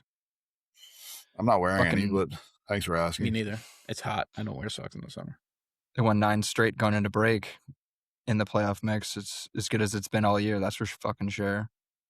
Good I mean, vibes. what a shit beginning of the year. Like the beginning of the year, it was like as low as it's gotten in a while. In terms of like fandom, where people wearing bags at Fenway over their heads, and what's his name? Steven. I want to call him Steven Jackson. No, the owner. Oh, John Craig Henry? or John John Henry. Henry, yeah. Steven. It's hot in this room. I was calling him Steven Jackson. I don't know why I was calling him Stack. It's not Steven Jackson. It'd be a lot cooler if it was. I don't think that there's two more opposite people in sports than Steven Jackson and John Henry. Seriously. I think we might have just found the polar opposites right there. Yeah, those two guys are polar opposites. But now they're cooking. I mean, this team always kind of had talent. Obviously, we have Crochet. We have like one of the best pitchers in the sport. A team that has like solid players all across the field. And the guy, Durbin, who we traded for, was a Rookie of the Year candidate like last year. Yeah, and he's picked it up big time. Yeah, he was He was third or something. He was like, he's just the everyday third baseman on the best record in the whole league on the Brewers. Did Crochet get hurt at some point this year and then come back? No, I was gonna say we haven't had Crochet or Roman at all this year, basically. And they're coming back now, and then they're starting to play well. Roman Crochet, this year. Or? I don't even know what the fuck's going on. Baseball's so weird with he that has stuff. Back issues, right? Yeah, something like that. So we'll see. We'll see what that happens there. But yeah, it's this past month or so, it doesn't matter. They've been the hottest team with just basically the pitching. Like the young pitchers we have are disgusting. Like an arsenal of young pitchers. Tully. Is he still fucking absolutely fucking dealing? Tully? Peyton Tully. I mean, Yeah, he he's got good. married. Congratulations, Mazel. Him early, and this Jake Bennett kid's low-key being the best out of the three somehow. This random guy we got also in a trade. But yeah. No, it's the funniest thing ever. Like whenever you think of like why the Sox were doing bad, it'd be like, because the Bregman or Devers thing. And then you look and like Bregman is doing Bregman is doing the same as Durbin this year, and Devers also is pretty whatever. He's a sub He's a 250 headache. average DH. Apparently he's a headache. He's got a It's like 1.9 San Francisco, WAR. too. Who? Durbin? Devers has a 1.9 WAR right for this season. Is that good? Yeah, or it's bad? just For a guy, it's not great. I mean, Not if for for a his guy's money. making $300 million plus, I don't yeah. know anything about war. I don't know any of that stuff. that's just like slightly average almost, Yeah, like basically. slightly above average. But he's And probably he like doesn't a play a top- position. I was gonna say he doesn't play anything. He's probably like a top 3 paid DH in the league. 365 at bats, 91 hits, 19 home runs, a 249 batting average. It doesn't seem great. His OPS is 799. That's not great. No, it basically 800's that like you want to clear 800 basically is the rule for OPS. Yeah. I like Peyton Yeah. Toley a lot. Every time I see like a video of him, like he seems like a fucking good dude and like a funny, like goofy fuck. And like then you see him on the mound and he's like screaming at fucking people and like striking people out. Is he the one who the video of him? He was like doing the on the mound when he was like Yeah. before he threw a pitch. Yeah, he- he's a lunatic. He also did the Lou Cornett jump. He like did a fake did. like a He did the ball went Cornette way over him. He contest. just jumped. I kind of love a fucking nut job pitcher. I do think you need to win a title. You need like some sort of nut on the You team. gotta be like you have to be a nut job in some kind of way. Either you have to be like way too fucking angry, or you have to be like just kind of just crazy. Like you Yeah, gotta dude, be like Matt Bumgarner, like screaming at everybody like they just like kicked your mom in the shin, or like you got to be like Peyton Toley over here, like just Dude, goofing off. Papelbon used to literally be foaming at the fucking mouth out there. Papelbon would be like fucking already mad before he even threw a pitch. Yeah, I mean, Not Kurt just Schilling. fucking- Kurt Schilling seemed like he was he is like the consummate nut. Just don't Yeah. ask him any opinions. You know he's fucking weird. He's got some he's- weird takes. Well, we know why he was such a good pitcher, because he was just angry that there were people of color playing with him. Like, I hated Pedro. Yeah, the best everybody. pitcher in the league. Yeah, man. It's trying to think. I mean, Clayton Kershaw, he seems to be about like the most like chill dude, just like does his job. Historically was like bad and didn't win for the longest time. Obviously he's a Hall of Fame pitcher, but you know, he wasn't weird. So that goes to prove the case that it helps to be a weirdo.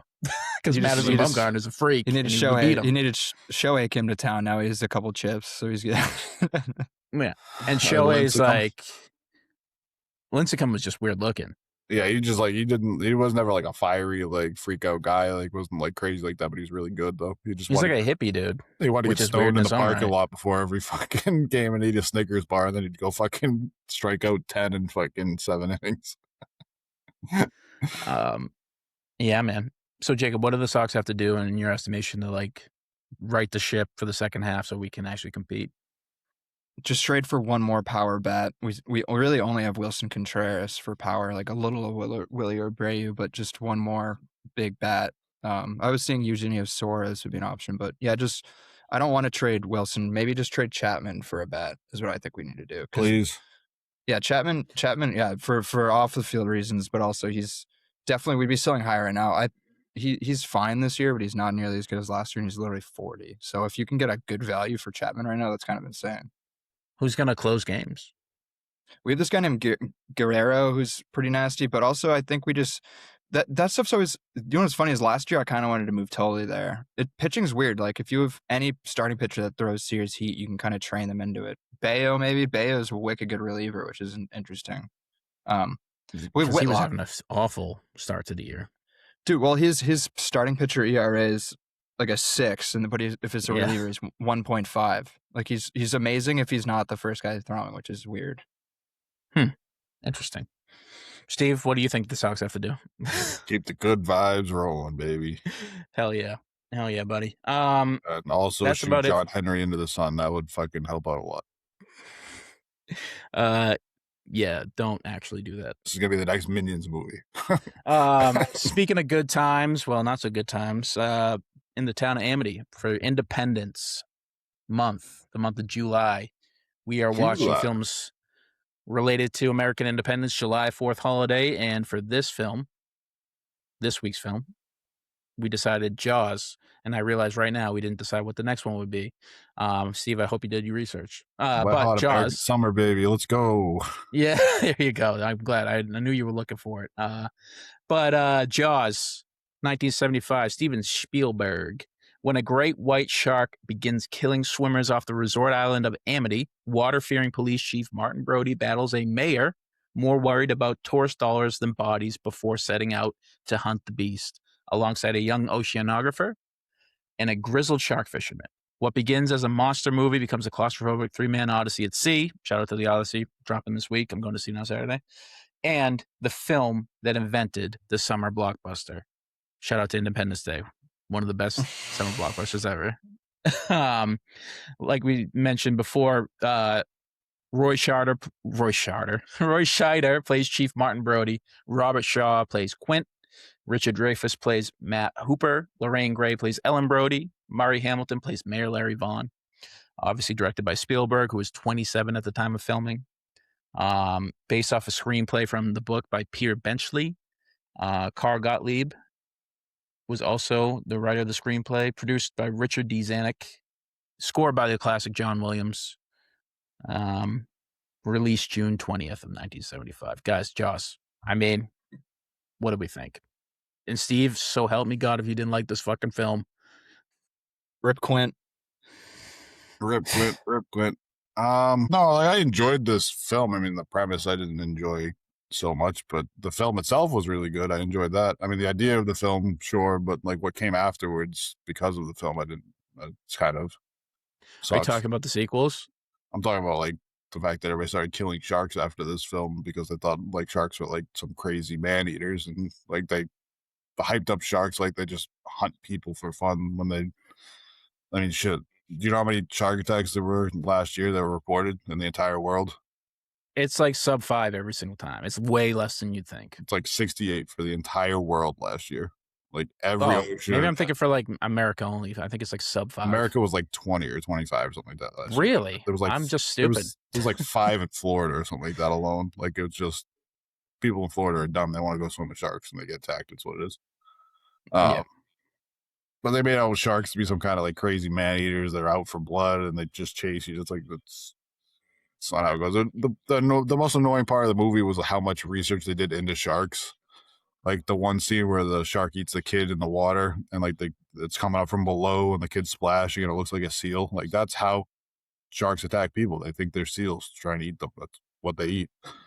So they did all the research of that and like how the sharks like eyes roll back and the cover comes over their eyes so that they can like they don't get shit in their eyes when they're eating something. Like they obviously went deep into research on sharks on this, and then they still just made a movie where they made sharks look like man eaters that were like out to kill everybody. And like it's just not true. Yeah, I mean it's the premise of the film, you know. For sure. I get it. I mean that's the only thing that bothers me. It's compelling. It's compelling. The shark was unfucking believable. There's some parts that of views of the shark in this movie that were scary. Well, I think that's the thing. Before. This is speaking to what you were talking about. They did such extensive research that the footage, they used real footage from, I think it was like this couple at the time, because not many people were doing this in the 70s. Like this movie is old straight up at this point. And sharks were a much less known commodity than they are now. Obviously, since then we've had like Shark Week. We have like a cultural fascination with the creature. This was kind of new, but all the footage is actual footage of a couple in a cage who were like studying sharks, and they, I'm sure, consulted on the film for the research purposes. But yeah, that's what I was gonna say. That like the horror shark, when you see the actual Bruce, they called it Bruce, the machine that they used as the big shark. That looks old and dated, and it sucked. And it sucked when they made the movie. That's what made the choice. They made a conscious choice, Spielberg, to show less of the animatronic shark because it was so goofy looking and not that scary looking. They chose to use like real footage of sharks when it was attacking the cage instead of like Bruce attacking it. But there were some parts of these animatronic shark that were really good though. Like there was one point when like the shark was in the pond part of the ocean. I can't remember what the hell it's called. The estuary. Estuary, yeah. and like you could see it like swimming like underneath and like kind of sideways, and like you could see the face of the shark. Like that part was like actually scary. Like I thought that was really good. The part when he Yeah. eats Quinn at the end, I think that was kind of goofy. But that's an because Quinn's screaming so hard, it's like kind of uncomfortable, and he's like wicked. spitting out blood. And it's like long too. It's not like, oh, the shark grabbed him. But the part when he like drags him back into the water, and like you can just see just the nose of the shark going back into the water, like that was creepy. That was scary in a way too. Like I thought that when they showed a little bit of the shark, it was the best. When they showed like the full thing like that, it was like, but it's animatronics in the 70s. What do you like? It was unbelievable for the time. Yeah, and even then, the fucking cast, the entire crew that like made this hated it. They hated the animatronic because it was such a problem. It like sunk to the bottom every time. It was such a fucking pain in the balls that they're like, you know what? We can't, like, most of this film, it's going, every time that we're referencing like the shark, it's going to not be seen. Like, and that actually was genius because that's the scariest part about sharks is you can't see them coming. Oftentimes, it's, you know, they can hit you from anywhere. You don't even see them. You see the dorsal fin sometimes, but usually they attack you from up under. And that is what scared an entire generation of fucking Americans into never going into the ocean for like 20 years. It was a genius choice at the time. It's a genius because the movie is such a good movie. It's such a fucking well-written movie. Every character has fucking like, the acting is out of this world from everybody, out of this world. And the characters are so fleshed out. And I know it's based off of a book where obviously it's not as fleshed out as that. Like there's whole subplots where Brody's wife is banging Hooper, and the mafia is actually the one intimidating the mayor into keeping the beaches up. There's obviously stuff they cut around, right?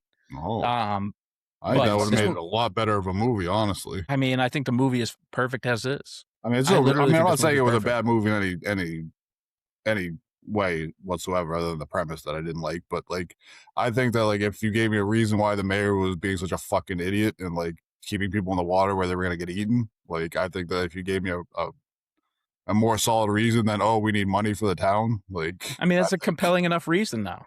It's a good reason, that's sure, but I mean, it's not that compelling that people would die.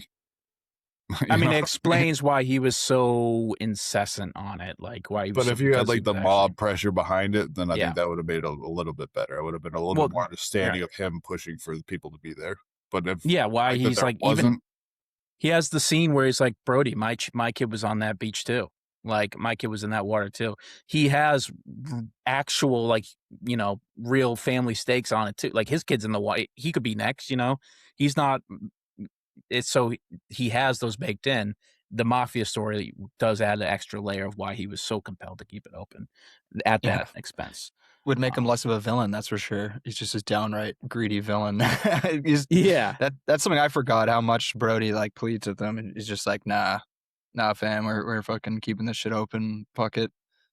It feels unrealistic, but at the same time, I just couldn't imagine if you went to like Martha's Vineyard and you're like, you got to shut down all of the beaches for July 4th, where you make all your money for the whole year, basically. Like it might be more realistic than you think, honestly, of them just avoiding shit. I mean, if you go to Martha's Vineyard, this movie has a version of Martha's Vineyard. It's not actually Martha's Vineyard, right? But that's where the film was shot. Yeah, it's Amity. It's a nondescript New England island town. But this version of Martha's Vineyard, I went last year. It's different. I never experienced this sort of wide open, actual like island of people who like live there. And really, I was part of when it became corporatized. This movie actually went on a long way to make the Martha's Vineyard very corporatized and what it has become. But it's a beautiful landscape. Obviously, New England summer. Mm-hmm. It's just the perfect mix of like horror, dread, a fucking creature that, but you can obviously like punch holes in the script, like why the National Grid isn't in the water, like why not National Grid, National Guard, Coast Guard, like why are you not calling actual people? Like why is there 3 dudes on a boat? If you know you have the problem, but it's just, yeah, man, this movie kicks through, it fucking speeds through 2.5 hours, and every single scene there's long scenes full of dialogue and character shaping, like Brody with his son. and Brody's getting tanked, and he's obviously depressed and stressed out because of this. He knows that the fucking island has to shut down, and there's a shark, and he's just talking to his kid, and he's like, "Give me a smile," in like his half drunk voice, and the kid's like, "Why?" And he's like, "Because I need it." And it's just like that. I'm glad that scene's in the film because that fleshes out Brody more, and it's just you grow to love the characters. This movie has 3 characters that 4 if you count the mayor. I do love the mayor, even though he's a cocksucker, but I think he's very funny in the film. I was more of a fan of Chrissy than the mayor, but that's just me. Yeah, it's just it's infinitely quotable. The movie really hits a stride when Quint gets on screen, and then when it's a 3-man odyssey, and the action starts to kick. But even before, it's like punched with when they're on the boat and it's night and they're all shit-faced and talking about scars and they're joking. Like, Quint has been a dickhead to Hooper the entire time, to the point where Hooper's like gonna fight him. And then like they go and they get shit-faced and they are like scared and they're talking about scars. And then the USS Indianapolis speech was just all time. Another thing that was like, hey, you did all this research on sharks, and you're gonna tell me in like 3 days that sharks ate 800 people? It was an improv. That's the thing about the scene, Steve, is that Shaw improvised a story. Oh, I mean, it was an unbelievable story. I loved it. It hit hard. Like, it was, the guy did an unbelievable job with it. But it's just funny that, like, hey, we're gonna keep this in that the sharks ate 800 people. But you can see how Quint Quint is that, like. And do you notice in that scene when the police chief was getting fucking hammered at his house, and then they pour the wine? Did you notice they just pours it into his glass that's already full of like 7 and 7, and he just pours it on top of everything? Right as he opens it, is about to pour, Hooper's like, "You should let that breathe," and he just goes and fucking glugs half the 180s the fucking thing real quick. Yeah. There's another thing too where the guy Quint says, "Oh, that's like a 35-footer. It's like 3 tons." And it's like, that's another thing. It's like that great whites got 3 tons on her. The great whites don't get that big. Like, the biggest one ever seen, that's like, they estimated is like 25 feet. Like, yeah, like, and that was only people last didn't know year back they then. saw it. Like, people didn't know back then that, like, these things are a lot smaller. They're definitely way less aggressive. or the fucking sharks attacking boats. Like, it starts attacking their boat. Like, if it's not going to eat you and you shot it, it's just going to leave. It's not going to come back. I feel like this was supposed to be some sort of mutant shark that's like special and especially super smart and everything like that. Like, I thought, the horror of it's great. I love the way that they did that. It's just, I mean, that's what the fucking story becomes through, like, 3D all the way up through 5, The Revenge, where like this family of great white shark like literally tracks Mrs. Brody all the way to Jamaica to hunt and kill her. Really? It's like, really? It's like, it's supposed to. It's kind of like how Michael Myers of the Water. You barely see him. He's huge and intimidating, and he's deadly. That's what the when you see him on screen. But it's the perception of him that he's always kind of around and you can't see him. But I did really like the movie though. Like, the movie I thought was really good. I must have watched like a remastered version of it because like the like everything was so clear. Like, something, like everything was shot so clear. Like, it looked like it could have been like done like in the last couple of years. Like, how. So the one I rented must have been like a redone, remastered. I don't know what they do with the movies. I don't think so, Steve. I agree. This movie is fucking beautiful for a movie that came out 50 years ago. Yeah. 50 years ago. It was just a 50. I should have worn my Jaws 50, and then I'm an idiot. Yeah, you fucking are. But it is fucking gorgeous, man. Like, some of the shots of the water look like they were in like HD, like fucking 10K that you were getting on your brand new TV. It was crazy.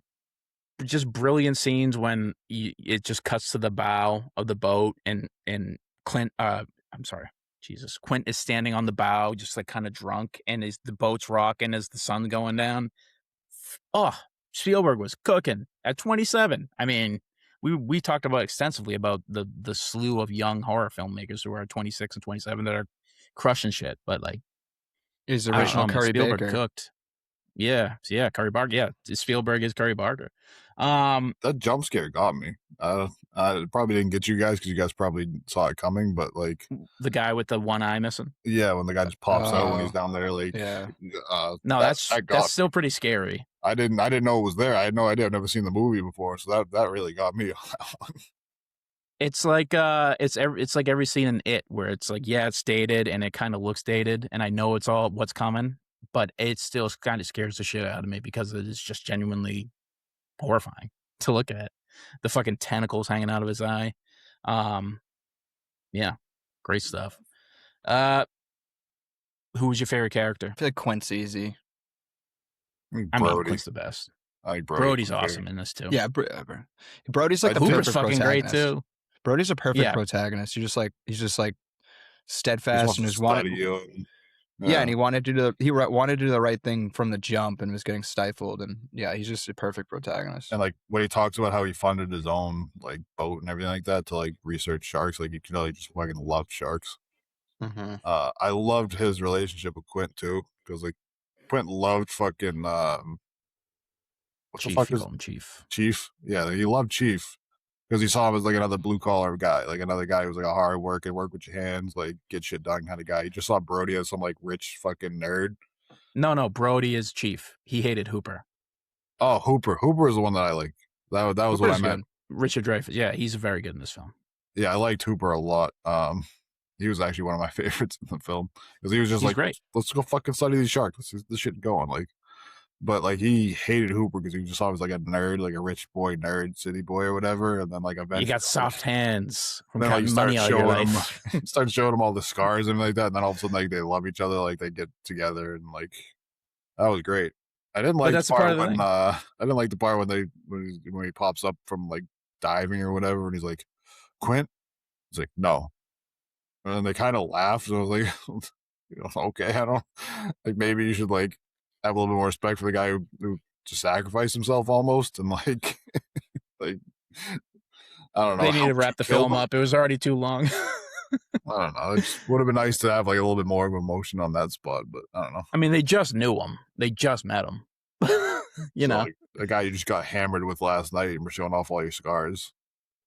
yeah. Also, but did I think Brody have a fucking gunshot wound? I don't think so. Like a scar from a gunshot? Because like they were showing off all their scars and he kind of lifted up his shirt and was like kind of like playing with something on like his hip or something like that. Like he got shot.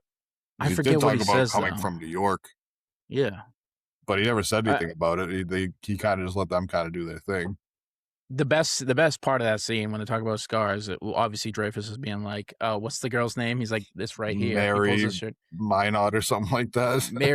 Mary Muffet or whatever. 1975. She broke my heart. But as soon as he opens his shirt, Brody from across the room, you don't even see him. He's just like, "You got a rug." He's got a Talking about his sweater on, chest. man. You got a sweater on. Yeah, it's like, oh, that is fucking good shit. That's just like three dudes who were like, I mean, Quint was actually drunk. Robert Shaw was actually drunk during the scene, like so bad that they tried to film this the night before, and he was so shit-faced and tried to do the Indianapolis monologue that he just scrapped it, and then he went home and he apologized to Spielberg that night, and he's like, "We got to do this again." Like, I'm sorry, but I mean, Robert Shaw was a hardcore motherfucker. He died at like 53. You know, had multiple marriages, multiple kids. Like, he had to fly in and back from Canada for this film because if he stayed in the United States too long, something about like tax, like he was evading taxes in America. Like, a classically trained theater actor, like obviously he was supreme talent, but he burned it at both ends. Quint wasn't that far from who Robert Shaw actually was, which kind of makes sense. I mean, it explains why the character is so fucking classic and good, because that's just kind of the guy. But yeah, A lot of bitching and moaning from Brody when they were asking him to do shit on the ship. I need you to chum the water. Why isn't he chumming the water? It's like, dude, it's not that hard. You take the fucking bucket and you fucking. It's a pretty shitty job though. You're chucking dead fucking smelly fish guts. It's probably not the best job. I mean, I picked up dead smelly fish guts in a fucking big metal box that's been cooking in the fucking sun all day. Fucking today. You are fucking. Like, you're Chief Brody, dude. You complain. You do that. And you complain about it. I didn't complain about it. I just fucking did it. Yeah. It's funny because that means I'm probably Quint Jacobs Hooper. You're Chief Brody.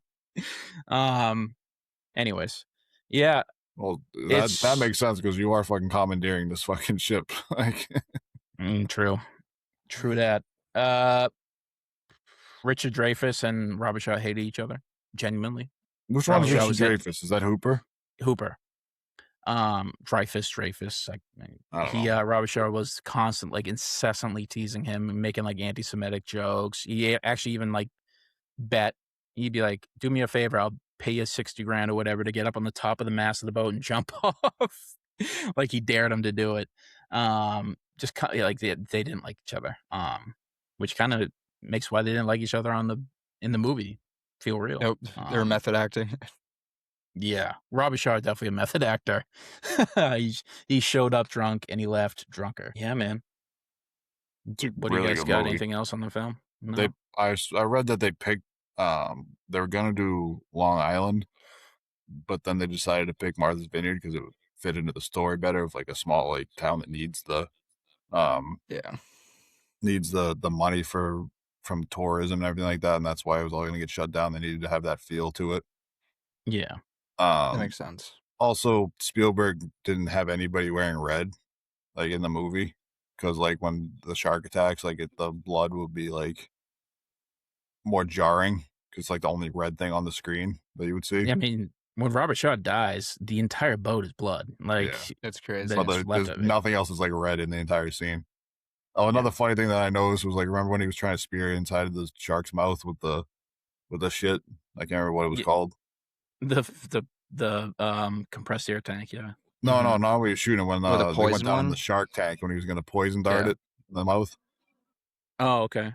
If you look at the fucking bottle that he's like getting the shit out of, it literally says fucking poison on it.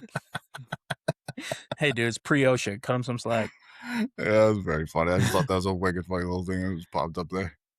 Yeah. This movie's classic. I could talk about it forever. I could do a scene by scene discussion, but let's just rate it out of 5 because I know what I'm going to give it. It's the best class. It's the best. It's the oldest movie. That's the best movie. That's not like it doesn't show its age. I don't think it ever will show its age. It's just perfection. It's a weird little. It's just a film that will stand out forever. But rate it out of 5, Steve. I give it a 4. Okay. Yeah, I give it a 4. Yeah, I think it was. You s- I was debating on 4.5, but I mean it's a little bit long of a movie. You know, like I said, like I would have liked a little bit more of a, if you're gonna have that long of a movie, I would have liked a little bit more of a backstory of like why is the mayor pushing for people to get killed, basically, more than like, hey, the money of the town. Like, hey, if a bunch of people get killed this July 4th, nobody's coming back next year either, dickhead. Like, maybe. It's also like you close the beach for July 4th, and you just open up a week later, and 25 people die July 15th. Like, okay. Like, and also, like, nobody's paying for anything at the beach. Like, all the money that you're gonna make is gonna be from the shops that aren't at the beach. So who cares if you close the fucking beach down? That's gonna push more people into people's shops. Like, Yeah, I mean, they're not in gonna theory, get they on could a just go home. Well, that's the thing. They might if they can't go swimming at all for the week. Oh, the vineyard. I mean, boat only comes once a day, so guess what? Go spend all your money the next couple of days till it comes back. I don't know. Yeah. But it was a really good movie. I did really enjoy it. 4, you also kind of hate it because of what it did to sharks. Yeah, that was another reason why I kind of. You also hate the entire island of Japan. For that that's reason. dolphins. They fuck up dolphins. They do shark too. They kill dolphins and they cut their Shark fins fin off. soup, baby. They do shark fin soup too. Yeah, but they've really gotten bad about dolphins. Well, it's all illegal, but not for them. I don't know. Kill your Anyways, local Jacob, poacher. rate it out of 5.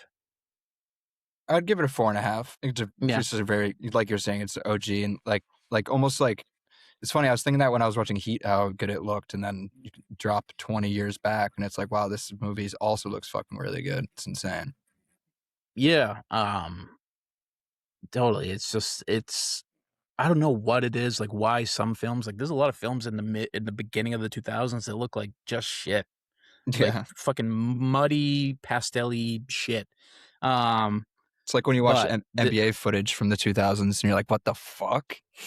Yeah, it's like if I want to I watch can't even see what fucking jersey that guy's wearing. What the fuck? Who is that?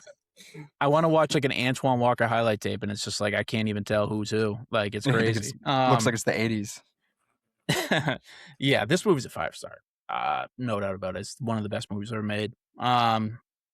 Classic. It's a masterclass in directing. It's a masterclass in working with a limited budget with a real flood. Like this film went 55 days over its set time. Like they spent 100 days on the island. Everybody hated it. It was a disaster piece. Like this movie could have just been a fucking disaster because even the actors were being shitheads. But like it just came together and it's supremely acted. Some of the best performances ever in film, and it's just classic. It's a classic monster creature feature film. I mean, it has the most iconic soundtrack of all time. And it's two keys. It's an E and an F. It's like boom, boom, and you just speed it up. It is classic. John Williams strikes again. I thought there's some parts of it that were kind of odd. The choices they used, it sounded kind of Disney-esque, almost like some of like the whimsical music that was playing, which some of the timing on it was kind of funny too. Like they're spearing this fucking shark and it's like flying away, and then like they're playing this like adventurous, like whimsical tune as they chase a fucking supposed 30-foot fucking 6,000-pound shark around, and they're playing some whimsical music. And some other parts just didn't have music, which was kind of odd. Like, but I overall, like I said, it's a 4-star movie for me. It's a really good movie. I'd probably go back and watch it again. That's how good it was. I've seen this movie like 4 times this summer already. Albeit loosely in the background, but it's always been a film that's been on in my house since I was born. One of my dad's favorites too. Anyways, that's Jaws. Classic, just a classic. But next week's film for Independence Month is what, My Red Hot American Summer? Is that what you said? I have no idea. I was just throwing out a fucking random one that I just saw a clip of today on TikTok. So you didn't actually pick, you fuck. I mean, I didn't have any time to. I was doing shit. Watching this fucking movie. Do we break out? Do we hit the glass in case of emergency film and the Steve Crowley 5-star banger? I think that is July 4th, if I'm not mistaken. Hold on. Next week's film, ladies and gentlemen, Grown Ups. There we go. July 4th, baby. It's in there. Rob Schneider, Adam Sandler, Chris Rock. It's Kevin the guys. Kevin James. Water Whiz. I mean, it's weirdly a stacked cast. Salma Hayek, Maya Rudolph. It's good. It's a good cast. So Grown Ups. That's it. And that's been it from us. A little summer episode to carry you through the doldrums because there ain't no good sports going on. But that's been it from the boys. We'll see you later. Love you guys. Keep grinding, Summer League boys. Peace. Miss you, JB. Miss you already.